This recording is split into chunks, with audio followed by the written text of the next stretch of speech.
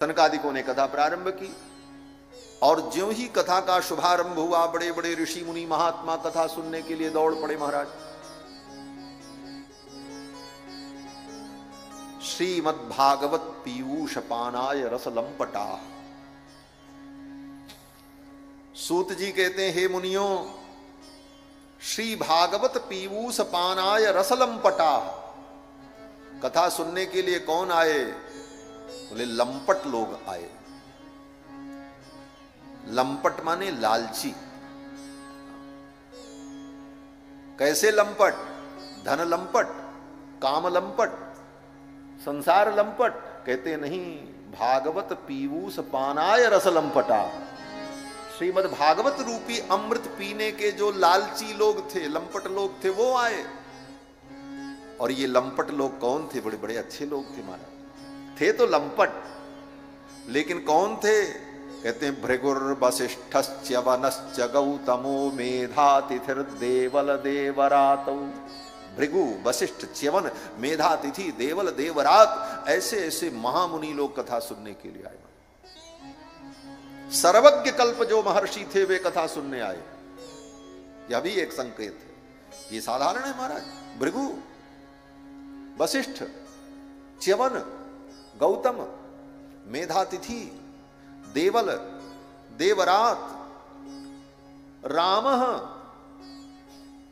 ये राम माने वो दशरथ नंदन राम जी नहीं, परशुराम। परशुराम जी भी कथा सुनने आए। राम तथा गाधिसुतश्च। गाधिसुत विश्वामित्र जी। शाकलो, शाकल्य महर्षि। मृकंड पुत्र, मृकंडू के पुत्र मार्कंडे जी कथा सुनने आए। पिप्पलाद महर्षि कथा सुनने आए। योगेश्वर आए। सुखदेव जी भी आए। व्यास पराशरौच छाया शुको जाजलि जन्यपुत्राः। ये सब बड़े बड़े महामुनि लोग कथा सुनने के लिए आए। कहां? बोले गंगा द्वार पर, हरिद्वार। और अकेले नहीं आए, सहपुत्र शिष्याः। अपने पुत्रों को, अपने शिष्यों को लेकर, अपनी पत्नी को लेकर, परिवार को लेकर, सबको लेकर आए कथा सुनने। और कौन आए कथा सुनने? सूत जी कहते हैं वेदांत कथा सुनने आए। जितने उपनिषद थे सब मूर्तिमान होकर के कथा सुनने आए। वेद की एक एक ऋचाएं मूर्तिमती होकर कथा सुनने आई। चारों वेद आए। 10 सप्त पुराणानि, 17 पुराण कथा सुनने आए। 18वें पुराण भागवत की तो कथा ही होने जा रही थी, तो 17 पुराण कथा सुनने आए। आप कहोगे महाराज ये पोथी भी, बोले ये पोथी ही नहीं है, ये सब दिव्य मूर्तिमान भगवान की विभूतियां हैं। इन ग्रंथों का, वेद, पुराण, रामायण, इनके स्वरूप का वर्णन है। ये सब भगवान के धाम में दिव्य रूप से देवता के रूप में प्रकट होकर के भगवान का गुणगान करते रहते। इन सब का स्वरूप है महाराज। ये केवल किताब मात्र, पोथी नहीं है। इनका अपना दिव्य रूप है, अंग प्रत्यंग है। और सर्वत्र वर्णन है। वेदों में भी यही वर्णन है। चारों वेदों का अपना अपना स्वरूप है। वो कितने लंबे हैं, कितने बड़े हैं, और उनकी दृष्टि कैसी है, उनका शरीर कैसा, सबका वर्णन है शास्त्रों। इनकी भी अपनी मूर्तियां हैं, अपना स्वरूप है। उसी तरह ये सब मूर्तिमान होकर के आए। और कौन आया? कहते हैं गंगादि नदियां कथा सुनने आई। पर्वत आए, देव गंधर्व आए, यहां तक कि दानव भी कथा सुनने आए। देव गंधर्व दानवा, दानव भी कथा सुनने आए। तो कथा सुनने सब आ गए। बोले हाँ, ये तो आने वालों की चर्चा थी कि ये सब लोग आए। अब कौन नहीं आए उनकी चर्चा करते। कहते ना आने वाले कौन हैं? तो सूत जी कहते हैं गुरुत्वात् तत्र नायातान। जिनको बड़ा अहंकार था वो कथा सुनने नहीं आए। कथा सुनने कौन नहीं आता है? बोले अहंकारी। अहंकार उसे कथा में जाने से रोक देती है। हम इतने बड़े पद पर हैं, हम इतने स्वयं ज्ञानी हैं, हम तो स्वयं सब कुछ कर सकते हैं, हम सुनने जाए? ये अहंकार व्यक्ति को कथा तक नहीं जाने देता। लेकिन ये बड़े बड़े ज्ञानी आए, क्योंकि वो ज्ञानी तो थे लेकिन ज्ञान का अहंकार नहीं था। भृगु, वशिष्ठ, च्यवन ये सब आए, उनके अंदर अपने ज्ञान का, अपनी योग्यता का अहंकार नहीं था, इसलिए कथा में पहुंच गए। और जिनको अपने ज्ञान का, अपने गुण का अहंकार था, वो कथा में नहीं पहुंच पाए। गुरुत्वात् तत्र नायातान। अब वो कथा में कैसे आवे? बोले उनका अहंकार टूटे। अहंकार कब टूटता है? जब उसे संतों की फटकार लगती है जीवन में, तब उसका अहंकार टूटता है। इसलिए संतों की फटकार लगे तो समझो तुम्हारा कल्याण होने वाला है, तुम्हारा अहंकार का टूटना शुरू होगा। और जहां से अहंकार का टूटना शुरू होगा, वहीं से गोविंद प्राप्ति का मार्ग प्राप्त होगा। यह अहंकार वो पत्थर की शिला है जिसे स्वयं तोड़ पाना कठिन है, लेकिन कोई संत अपनी वाणी की ठोकर से तोड़ दे तो उसी के अंदर से भक्ति की गंगा प्रवाहित होने लग जाती है। पहाड़ टूटे तभी तो भक्ति की गंगा निकले, कहां से निकले? कहते हैं कि भृगु जी ने यह काम किया। भृगु संबोध्य चानयत। जो लोग कथा में नहीं आ रहे थे, भृगु जी ने उनको फटकार लगाई।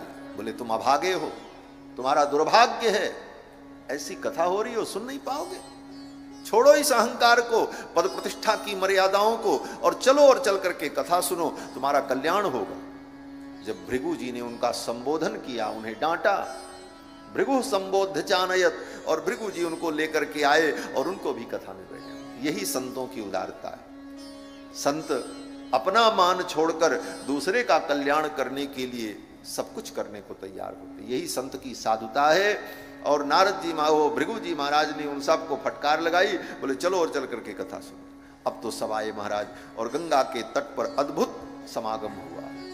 बड़े बड़े ऋषि मुनि महात्मा एकत्रित हुए, और उस समागम में सनकादिकों ने जब कथा का वर्णन प्रारंभ किया, सनकादिकों ने कहा, हे मुनियों,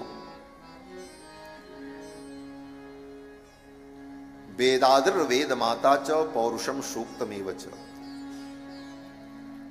वेद, वेद माता गायत्री, और वेदों में जो पुरुष सूक्त है वो पुरुष सूक्त। त्रयी, त्रयी माने ऋग यजुस्साम, और भागवतम श्रीमद् भागवत महापुराण, और द्वादशाक्षर एवच, और 12 अक्षर का भगवान का मंत्र ओम नमो भगवते वासुदेवाय, ये सब समतुल्य है, ये समान है सब। इसमें से तुम्हें कोई चीज मिल जाए वो तुम्हारा कल्याण कर देगी। और कहते हैं उक्तम भागवतम नित्यम कृतम च हरिचिंतनम तुलसी पोषणम चैव देवूनाम सेवनम समम। भगवान का निरंतर चिंतन करना, श्रीमद् भागवत की कथा सुनना, और गौ माता की सेवा करना, और तुलसी पोषणम, तुलसी के बाग बगीचा में सेवा करना और तुलसी का संवर्धन करना, ये सब समान पुण्यदायक है। तुलसी पोषणम चैव धेनूनाम सेवनम समम। और ये श्रीमद् भागवत महापुराण भगवान का ही स्वरूप है, ये द्वादशाक्षर मंत्र का स्वरूप है। ओम नमो भगवते, आगे वासुदेवाय, ये जो द्वादश अक्षर मंत्र है, इसी के एक एक अक्षर की व्याख्या 12 स्कंद श्रीमद् भागवत महापुराण, इसी का विस्तृत रूप है। श्री सूत जी महाराज कहते हैं, हे मुनियों, सनकादिकों ने भागवत की महिमा को बताते हुए कहा कि जिस व्यक्ति ने इस कथा को नहीं सुना, मनुष्य जीवन पाकर के भी आजन्म मात्रमपि येन सठेन किंचित चित्तम विधाय सुख शास्त्र कथा न पीता। और श्रीमद् भागवत महापुराण की पूज्य महाराज श्री का सम्मान। ये श्रीमद् भागवत महापुराण की पावन कथा भगवान श्री कृष्ण का ही स्वरूप है, और जिसने इस कथा को श्रवण नहीं किया वो मनुष्य होकर के वो चांडाल के समान ही, चांडालवत। और उसने जन्म लेकर अपनी मां को, अपनी जननी को केवल दुख दिया, उसके यौवन को नष्ट किया, उसके जन्म का कोई साफल्य नहीं हुआ। आगे तो सूत जी कहते हैं जीवच्छवो निगदितः। सनकादिक कहते हैं वो तो जिंदा ही मुर्दा है, जीवच्छवो।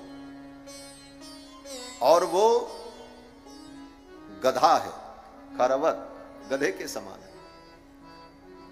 जिसने ये मानव जीवन पाकर के भगवान की कथा नहीं सुनी, धिक्कार है उसको। धिक्तम नरम पशु समम भुवि भार रूपम। वो पृथ्वी पर भार रूप है। और फिर सनकादिकों ने कथा की महिमा का वर्णन करते हुए कहा कि इस कथा को सुनने के लिए दिन का कोई नियम नहीं। किसी ने कहा यह कथा इतनी महत्वपूर्ण है, जीव का कल्याण करने वाली है, तो ऐसा मंगलमय कार्य ये कथा हम कब सुने, इसके लिए सुंदर मुहूर्त क्या होगा। सनकादिकों ने कहा नाना, मुहूर्त के चक्कर में तो पड़ो ही मत।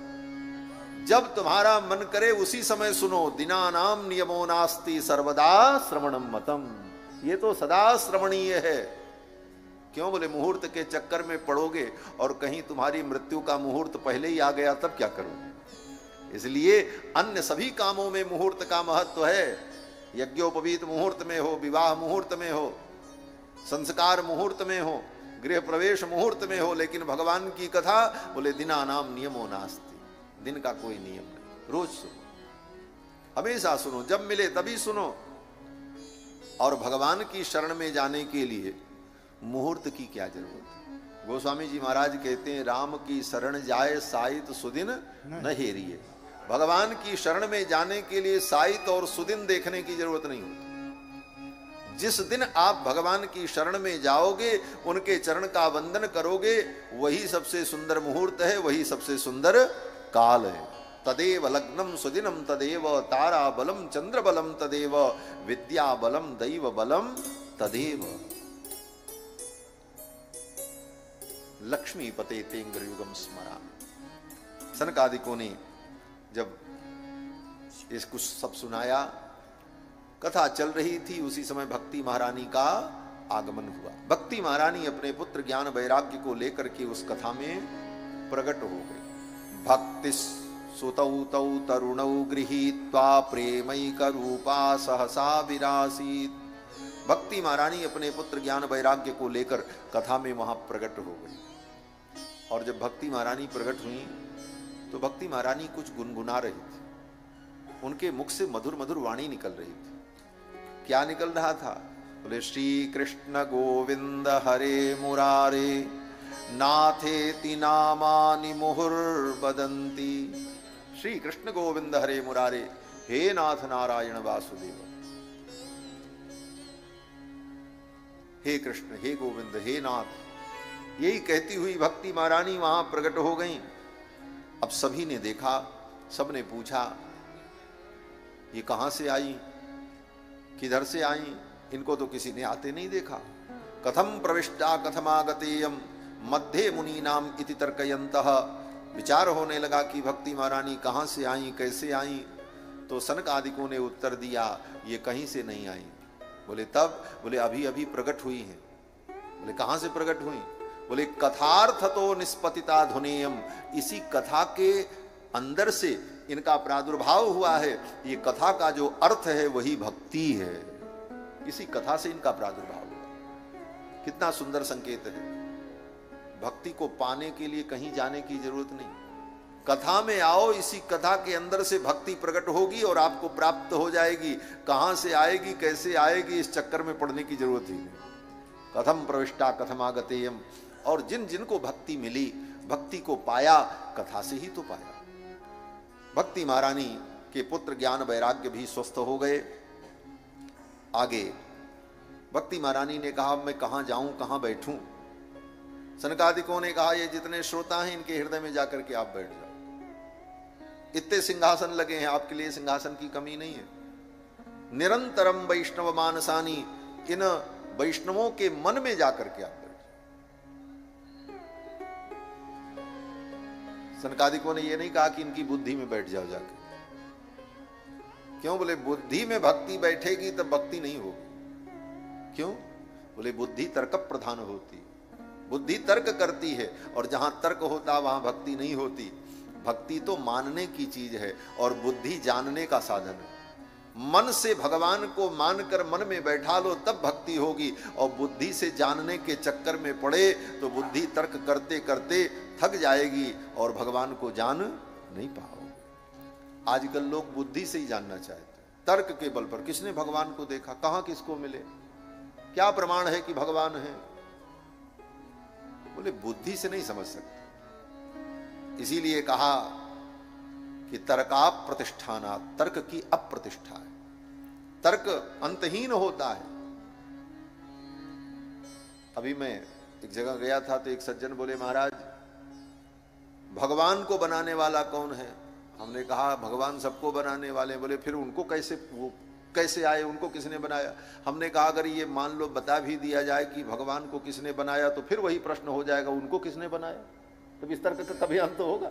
अनवस्था नाम का दोष उत्पन्न हो जाएगा। इसको वेदांत में, दर्शन में अनवस्था कहा जाता है, जिसकी कोई अवस्था ही न हो, जिसका कोई स्थिर रूप ही न मिले। क्यों? बोले फिर उसका कारण क्या, फिर उसका कारण क्या, फिर उसका कारण क्या? अंतहीन। तो तर्क जो होता है वो अंतहीन होता है, और तर्क से सब कुछ नहीं जाना जा सकता। तर्क केवल सहायक बनता है, वो पूर्ण साधक नहीं होता। इसीलिए कहा मनु जी महाराज ने, यस तर्केण अनुसंधत्ते स धर्मो वेदनेतर। वेद और शास्त्र के आश्रय में तर्क का सहारा लेकर के वेद के आलोक में तत्व को जानो। केवल तर्क से नहीं जाना जा सकता। शास्त्र के प्रति श्रद्धा और निष्ठा रख करके तर्क का आश्रय लेकर के तत्व को जाना जाता, केवल तर्क से नहीं। बोले भक्ति कहां विराजे? बोले मन में। सनकादिकों ने कहा इनके मन में जाके बैठ जाओ, और भक्ति महारानी जाकर के उन श्रोताओं के मन में विराजमान हो गए। यही कामना लेकर के भागवत में आना चाहिए कि हम भागवत सुनने जाएं, भक्ति महारानी हमारे मन में भी आकर के बैठ जाएं, क्योंकि भागवत में भक्ति महारानी आएंगी अपने पुत्र ज्ञान वैराग्य को लेकर, और फिर वो हमारे मन में बैठ जाएंगी, हम धन्य हो जाएंगे। यही भागवत का उद्देश्य है। आगे